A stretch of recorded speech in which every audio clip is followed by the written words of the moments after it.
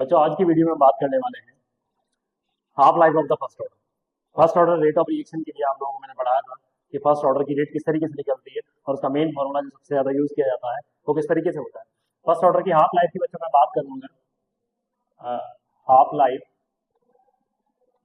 देखो बच्चों मैंने आपको फॉर्मूला जो पढ़ाया था हाफ लाइफ के लिए वो था T is equal to 2.303 divide by k log 10 a naught upon, जहां ए नॉट जो था बच्चों इनिशियल कंसंट्रेशन था और ए जो था वो रिमेनिंग था, रिमेनिंग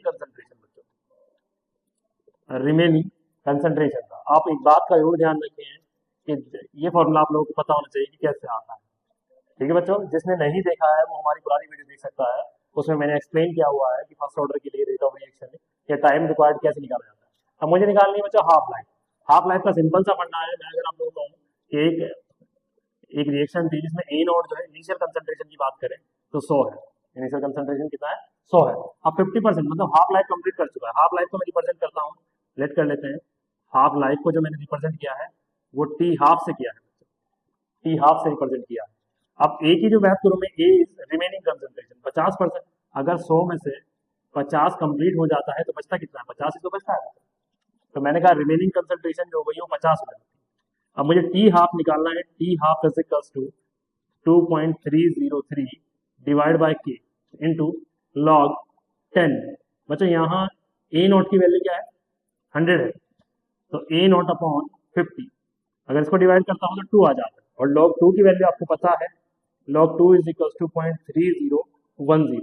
ये log की जो वैल्यूज बच्चों होती है, कौन कौन सी वैल्यू होती है, क्या क्या वैल्यू होती है, ये मैंने आप लोगों को जो log की वैल्यूज है उसके लिए एक लेक्चर डाला हुआ है कि log की वैल्यू निकलती कैसे है और किस तरीके से आप कैलकुलेट कर सकते हैं। मेनली जो बायो के बच्चे होते हैं, मैथ्स वाले बच्चे तो log की वैल्यू को समझ जाते हैं, लेकिन सबसे ज्यादा दिक्कत जो आती है वो बायो के जो स्टूडेंट होते हैं वो log से फैमिलियर नहीं होते हैं, कैलकुलेशन से फैमिलियर नहीं होते हैं, तो इसलिए उनको log की वैल्यू निकालने में दिक्कत आती है। तो बच्चों आप ध्यान रखें कि log की वैल्यू जो निकालनी किस तरीके से होगी, तो उसके लिए आप लोग हमारा लास्ट लेक्चर देख सकते हैं। इससे पहले वाला लेक्चर जो था log की वैल्यू, log वैल्यूज को लेकर हम लोगों ने अपने चैनल में लेक्चर डाला हुआ है। तो अगर बात की जाए इसमें तो टी हाफ मतलब 50%, दैट इज 2.303। बच्चों ये log 2 आएगा, ये वैल्यू जो आएगी 2.303 यहाँ आ जाएगा log 2 बेस 10 और डिवाइड बाय के, और log 2 की वैल्यू रखूंगा 0.3010 रखूंगा, डिवाइड बाय के आ जाएगा। जब इसकी मल्टीप्लाई करते हैं बच्चों तो टी हाफ जो आता है वो आ जाता है 0.693 डिवाइड बाय के। ये होता है half life for the first order, half life for the first order, first order के लिए होता है बच्चों।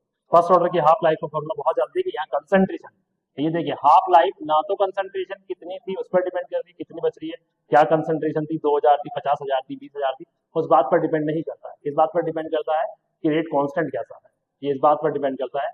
इस बात पर डिपेंड करता ही नहीं कि भैया हम पहले स्टार्टिंग में क्या थे और अब क्या है, ये इस बात पर डिपेंड करता है कि आपके चलने की स्पीड कितनी थी, इसका मतलब आपकी रेट कांस्टेंट कितनी है। ठीक है बच्चों, ये हो जाता है।